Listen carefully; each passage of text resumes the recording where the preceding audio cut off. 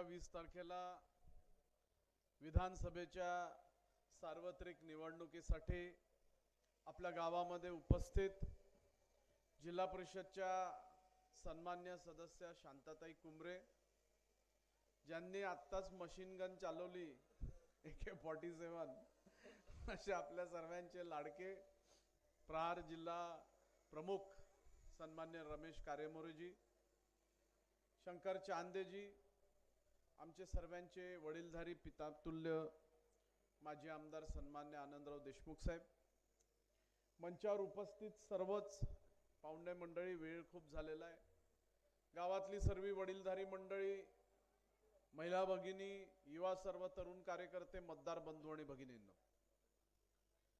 20 तारखेला आपल्या विधानसभेची निवडणूक होऊ घातलेली आहे। ही निवडणूक आपल्या सर्वांसाठी अत्यंत महत्त्वाची आहे। या निवडणुकीच्या माध्यमातून आपण आपला लोकप्रतिनिधी निवडून पाठवणार आहोत आणि तो पाठवत असताना आपण पुढचे 5 वर्ष आपल्या विकासाची चाबी कोणाच्या हातात द्यायची असा अत्यंत महत्त्वपूर्ण निर्णय येणाऱ्या 20 तारखेला आपल्याला घ्यायचा आहे। अनेक लोक येतील तुमच्याकडे मत मागायला, सर्वांना मत मागण्याचा आणि मत टाकण्याचा अधिकार हा लोकशाहीमध्ये बाबासाहेब आंबेडकरांनी लिहिलेल्या घटनेच्या माध्यमातून आपल्याला भेटलेला आहे। आता शांताताई बोलल्या, आपल्याला रमेश भाऊंनी सांगितलं, मी तिथपर्यंत आता जाणार नाही कारण की त्यांनी सर्व मुद्दे आपल्याला सांगितलेले आहे। निर्माण होईल ते काम करायचं आहे तेवढं आपल्याला समजतं, बाकीचं काही आश्वासनं देऊन खोटं बोलून मला मत नाही पाहिजे।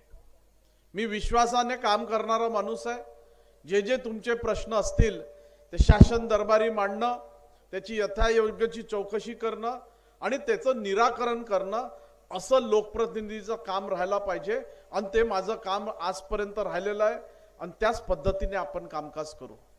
मी उमरेडचा आमदार होतो, एवढे वर्ष मंत्री राहिलो, पण माझ्याकडे कधी कोणी आलं तर मी त्याचं काम सरळ हाताने करत होतो।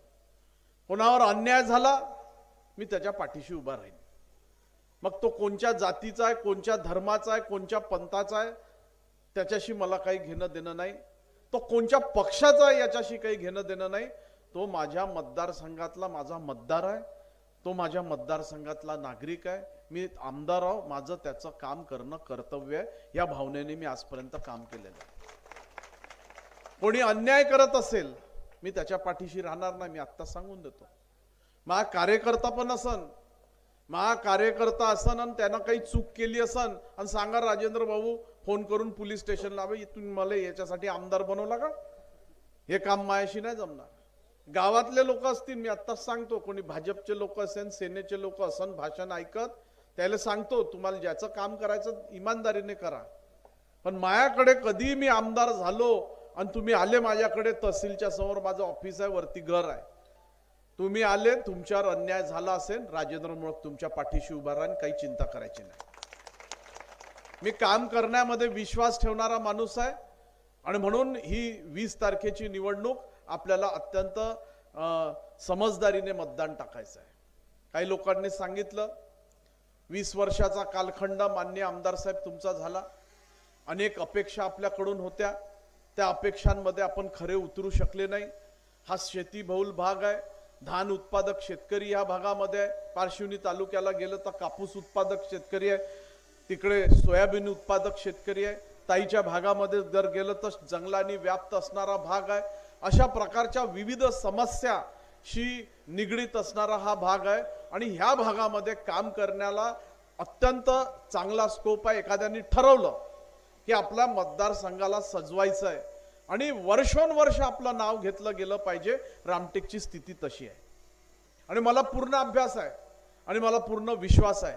मी आमदार म्हणून काम केलं, मंत्री म्हणून काम केलं, पालकमंत्री राहिलो, प्रशासकीय अनुभव आहे, जिल्हा नियोजन मंडळ पाहिलं, विधिमंडळाचं कामकाज पाहिलं, मंत्रालयीन कामकाज पाहिलेलं आहे। तुम्ही बदल करत आहात, कोणी नवीन माणसाच्या हातात आपली चाबी देऊन नाही राहिले।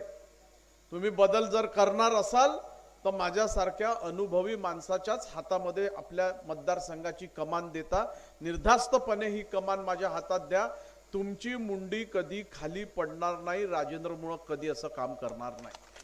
मला खोटं बोलणं अजिबात जमत नाही, मला खोटं बोलणं बिलकुल आवडत नाही। जे खरं असेल मी सांगून देईन, नाही होत असेल तोंडावर सांगेन।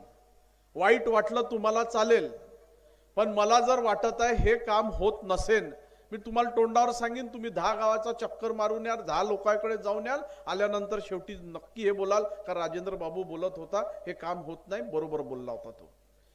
मी काम होत असेल तर रक्ताचं पाणी करून टाक, शेवटचा टोकापर्यंत जाईन, पण तुम्हाला मदत केल्याशिवाय राहणार नाही। कारण की मला माहित आहे हे काम नियमात आहे, हे काम होऊ शकत आहे। एखादा अधिकारी त्याला अडवत असेल तर त्या अधिकाऱ्याची खैर नाही, पण काम नाही होत असेल ते गोड बोलणारे लोक मला नाही आवडत।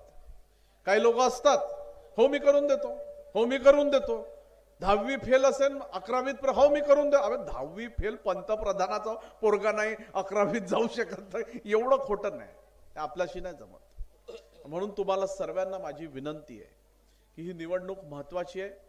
या निवडणुकीमध्ये आपल्याला सर्वांना सांगितल्याप्रमाणे आपल्याला ही निवडणूक, ह्या निवडणुकीच्या माध्यमातून आपला लोकप्रतिनिधी निवडत असताना या सर्व गोष्टींची काळजी घ्यायची आहे।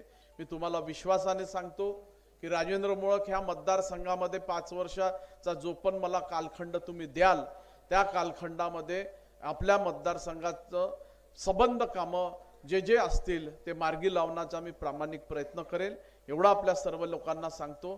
20 तारीख जवळ आलेली आहे, अनेक लोक तुमच्याकडे वेगवेगळ्या पद्धतीने आमिष घेऊन येतील। माझ्या विरोधात तर इतके कटकारस्थान सुरू आहे, मी सकाळपासून मला आतापर्यंत एवढे फोन आले कार्यकर्त्यांचे गावागावातून, साहेब आपला बॅनर काढून टाकला, साहेब आपले होर्डिंग काढून राहिले, साहेब आपलं अमुक सामान इकडचं तिकडे करून राहिले, ह्या वेगवेगळ्या पद्धतीने आपल्या विरोधामध्ये पोस्ट टाकून राहिले कोणते सोशल मीडिया। मी म्हटलं बापू काढू दे होर्डिंग, होर्डिंग काढल्यानं का होणार आहे, काढू दे म्हटलं बॅनर। त्याले आता त्याच्या पायाच्या खालची जमीन सरकून गेली आहे। माहित आहे का आपण निवडून येत नाही तर राजेंद्र मुळकला बदनाम कसं करायचं, त्याचा प्रचार कसा थांबवायचा, त्याचे होर्डिंग कसे काढायचे, ते सर्व प्रकार घडणार आहे।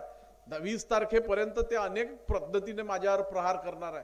तुम्ही जेवढेही माझे होर्डिंग काढाल, जेवढेही माझ्या विरोधात बोलाल, जेवढेही माझ्या विरुद्ध कटकारस्थान कराल, तेवढी सहानुभूती वाढेल आणि तेवढं जास्ती मताधिक्याने राजेंद्र मुळक निवडून आल्याशिवाय राहणार नाही।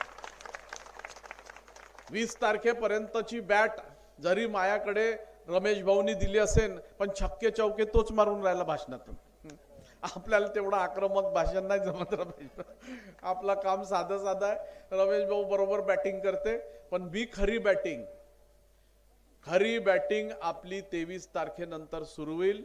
या मतदारसंघाचे विविध विकास कामं आपण सर्व लोकांना मदतीचा हात देण्यासाठी पूर्ण 5 वर्ष छक्के आणि चौके राजेंद्र मुळकनी नाही मारले तर माझं नाव राजेंद्र मुळक। मी आपल्या सर्व लोकांना आजच्या दिवशी एवढी नम्रपणे विनंती करतो की भिलेवाडा गावातली लोक तुमचे जिथे जिथे संबंध असतील तिथे तिथे सर्व लोकांना सांगा। कोणी तुमचा पार्श्वनीत राहत असेल, कोणी तारस्यात राहत असेल, चाचेरला राहत असेल, अरोलीला राहत असेल, इकडे करवईला राहत असेल, तिकडे सोनेघाटला राहत असेल, तिकडे पार्श्वनीच्या करंबाडला राहत असेल, जिथे जिथे तुमचे नातेवाईक असतील उठवा फोन आणि त्यांना सांगा की भिलेवाडा गावानी निर्णय घेतलेला आहे की यावेळेस आम्ही मतदान बॅटला आणि राजेंद्र मुळकला टाकणार आहोत, तुम्ही पण आपल्या गावाचा निर्णय हाच करा। एवढा प्रचार माझ्यासाठी आपण सर्व लोक करा, आपणच माझे प्रचारक बना आणि माझा या मतदारसंघाची विकासाची काम करण्याची संधी आपण 20 तारखेला माझ्या हातात द्या, एवढा आपल्याला सर्वांना विनंती करतो। आपल्या सर्वांची रजा घेतो। जय हिंद, जय भारत, जय भीम। धन्यवाद।